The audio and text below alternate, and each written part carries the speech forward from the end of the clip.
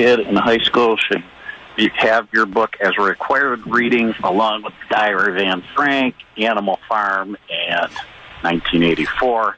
Well, I would be remiss if I didn't say give your copy to a high school student who's intelligent enough to want to know why there are bombs going off around the world and what it's related to and what might be needed to protect ourselves. There's only one thing needed to protect ourselves, which is the immediate convening of a board of medical examiners to determine whether Barack Obama is fit to remain as president of the United States. I believe he's showing all the signs of, you call it anything you want, delusional behavior, psychotic behavior. In either case, he's not fit for service. He is the commander-in-chief of the most powerful military on earth. Are you aware that he has intervened and prevented our Air Force from dropping 75% of the bombs that they wanted to drop on ISIS? Do you know that? Did you see that story today? No, I've been in a 75% of the targets that were identified by our brave pilots, he has said don't drop the bombs, or the girls in the White House who are controlling the bombs. They're controlling this war from the White House, not from the battlefield. And he has said 75% of those targets are off limits. Why? Why is he protecting the Islamists? Why has he let ISIS to grow into this Nazi-size army? What is he doing? Why has he let them take over a land area the size of Great Britain? Why has he done that? I don't know. Now, there's only one answer. There's only two answers. Because he's crazy, he is stupid, or he's fighting on their side because he wanted them to be the de facto army to take down Assad. In other words, their entire plan is a complete fallacy. It's blown up in their faces, and they won't admit it. Phone number here is 855-407-282. Let me send you a copy of my great prophetic work, Government Zero. There's no more important book in the world right now. That's right, you heard me. I'll turn it off. I don't want rock and roll today. Actually, I don't want any rock and roll. I feel like playing like a fugue of some kind. I think classical music's some kind of Western civilization music instead of this gibberish. How can you enjoy yourself at a time like this when they're at war with us and we're not at war with them? And the lunatic running the show, nothing. He said they're like tourists. They shouted Allahu Akbar as they stormed the hotel. Majority of Americans say U.S. at war with Islamic terrorism. Meanwhile, they go on. They keep partying on. No, there's no Islamic there. There's no terrorism there. There's rogue people who are looking for jobs. Disaffected youth. Disenfranchised by the European societies that took them in and gave them a free ride.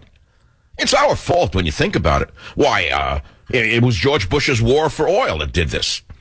These are the morons. These are the idiots. These are the college grads, the drug addicts who know nothing about the 1400-year war of radical Islam against the world. The idiot morons, the college girls, the college boys running around with fingers in their mouths, running on the internet, running their minds on the internet, know nothing. And let me tell you something. A bomb, God forbid, that's planted somewhere in this country can ruin your day.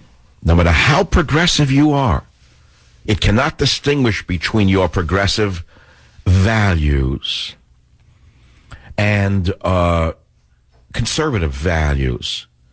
They don't know the bombs don't discriminate. They'll kill you too. And look at the morons, what they did in Paris. Look who they picked to bomb. They didn't bomb an anti-immigration protest, did they? They bombed progressives just like you. They bombed people at a rave just like you. They bombed people who got stoned and went to a dance just like you. Why did they do that? Why did they choose to shoot people sitting in a cafe? Or young people at a rave somewhere listening to stupid music? Why did they bomb them when they were on their side?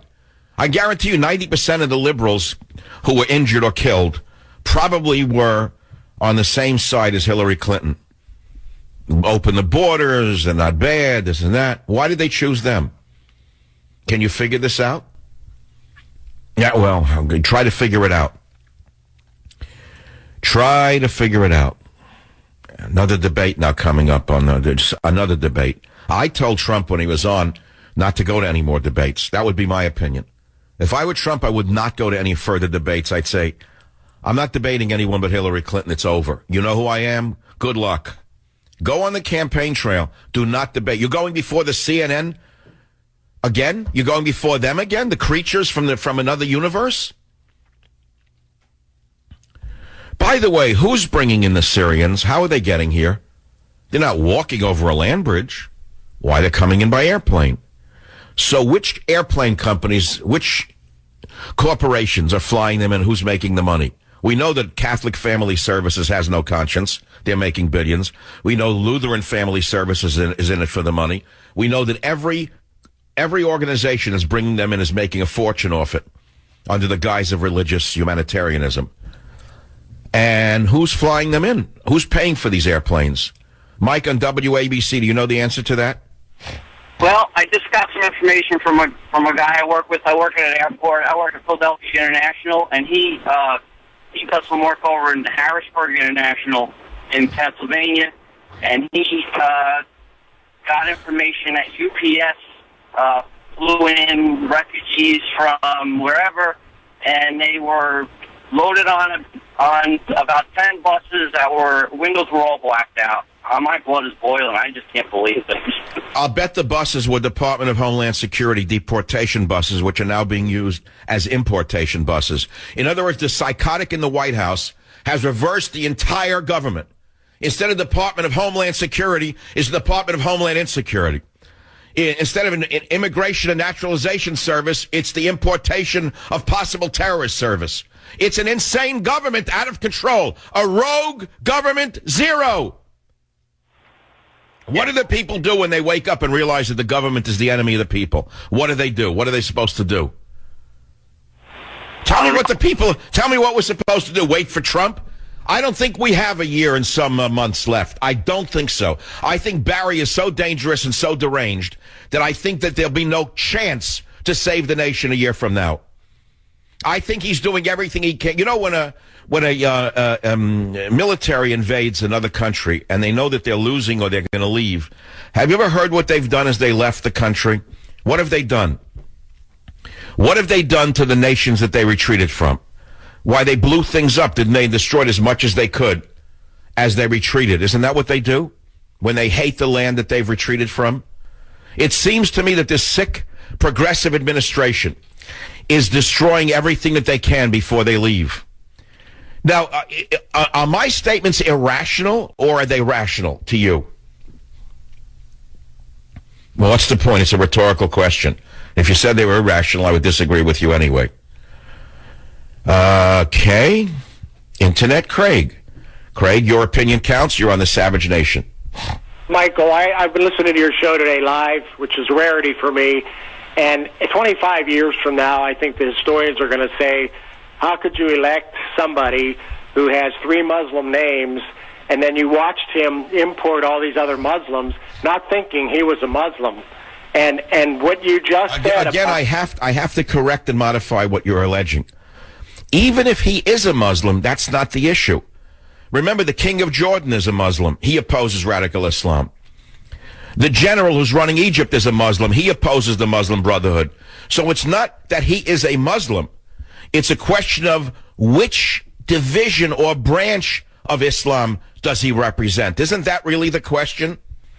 Yes, and Michael, I go one step further. Anytime anyone in the States tries to oppose him or call him to question, he gets more radicalized and he gets more hateful. And I think that's proof to all of us who have half a brain, like you said before, that he is the one that is infiltrated us, the enemy within, as you so many times say. But we're not allowed. Let me ask you this: let's say that that's a harsh statement to make, even though it seems evident to those of us who've studied this in great detail that it is true. I have a question for you: if there was an enemy within planted in the highest office, what could he or would he be doing that's different than what Barry from Honolulu has been doing? Tell me what he could be doing and what would he get away with? Could he do any more quickly than what he's doing and has done and get away with it until people actually rose up? Tell me what he could be doing and would be doing that he isn't doing if he actually was an enemy within. Would it make any difference if he was? Would he be doing anything differently or at a different pace? Not at all. Call him the enemy within, but we're not allowed to cite that because then we are called racist. Well, don't worry about what they call you, because then any time you hear the word racist, it's being used by a racist. That's the ultimate defense, is when someone calls you a racist, say, What makes you an expert in the subject? Is that something you're an expert in? Exactly. All right, my friend, the time is short. I'm sending you government zero. Just stare him in the eye and say, oh, you're an expert on racism? Tell me how you know so much about it. Is it because you yourself are a racist? You can give it back to them. Okay, my friends, what are we going to do about it is the question. There's no election.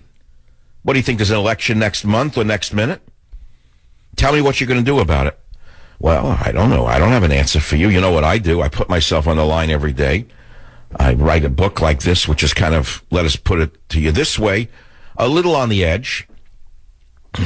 People buy books like this. They put them on their coffee tables, and they take a chance of being shamed by their stupid relatives who say, how dare you even suggest that the government is this bad? Well, I don't know. You want to take a chance? Go ahead. That's what you have to do. Is there anyone listening to this program who is not alarmed by what Obama is doing or not doing? Is there a so-called progressive out there who is that blind that they don't see what's going on? Tell me, because you're welcome to call the program. 855-400-7282. All the callers are saying the same thing. I think maybe we should clean off the board and start anew, because we're getting the same kind of call all day long. And there's no point in playing what people already heard me say. They're just repeating what I'm saying. So I think best we play some sound. Let's go to John Kerry, another lunatic, another detached maniac, in my opinion, in clip 3. Listen to this now. It's inappropriate for America, of all countries in the world, to panic and to somehow turn our backs on our fundamental values. We have the ability to check on the background checks. It takes, by the way, 18 months to 2 years to do a background check on one refugee. That's how much effort goes into it. Kerry lied about his military service. Kerry has lied his way right to the top. As you well know, the worst people usually rise to the highest places. That's been the history, the recent history of this country. 18 months? You mean all these people, they're flooding into America, they've looked at them for 18 months? How can you believe a thing like that? And then as far as our fundamental values, isn't that a joke? Isn't our most fundamental value to protect ourselves and our family? Can anyone listening to this show tell me that the most fundamental value of a human being is to preserve his own life and that of his family? That's the number one value. And the rest is, let us say, an addendum to that. Let me put it to you another way, some way that a pothead would understand. Attention marijuana smokers. Attention marijuana smokers. Attention drug addicts. Someone gives you a dish of M&Ms or that kind of candy, all mixed colors, and they tell you that one M&M is toxic.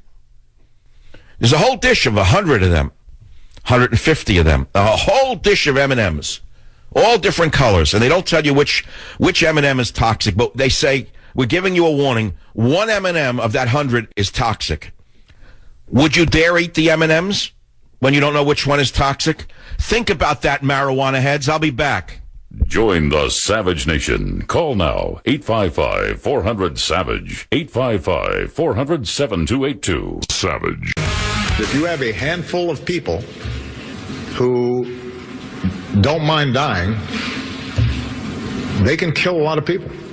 That's one of the challenges of terrorism. It's not their sophistication or the particular weaponry that they possess, but it is the ideology that they carry with them and their willingness to die. He's a genius. He should get another Nobel Prize because that is so insightful, it's shocking. But I would ask the great genius a question. You have a plate of 100 M&Ms of mixed color, different colors, yellow, black, white, whatever the colors that M&Ms make. And then you're given a dish of 100 M&Ms. And you're told one of them is toxic. Would you eat any M&Ms? You'd be crazy to say, well, I'll eat one and take a chance. Russian roulette, isn't it? Well, is my analogy flawed with regard to Syrian refugees? Tell me how it's different. They're telling us, don't worry, that it's a small number or an infinitesimally small number. And don't you worry, we in Homeland Security, we'll catch him. Yeah, they'll catch him, sure, like they did in Mali. Like they did in Paris, they'll catch him. Like they stopped the Sarnoff brothers, who the geniuses, the fearless Fosdicks, had him under surveillance for 3 years and let him blow up the pressure cooker bomb in Boston. How many of them have been watched right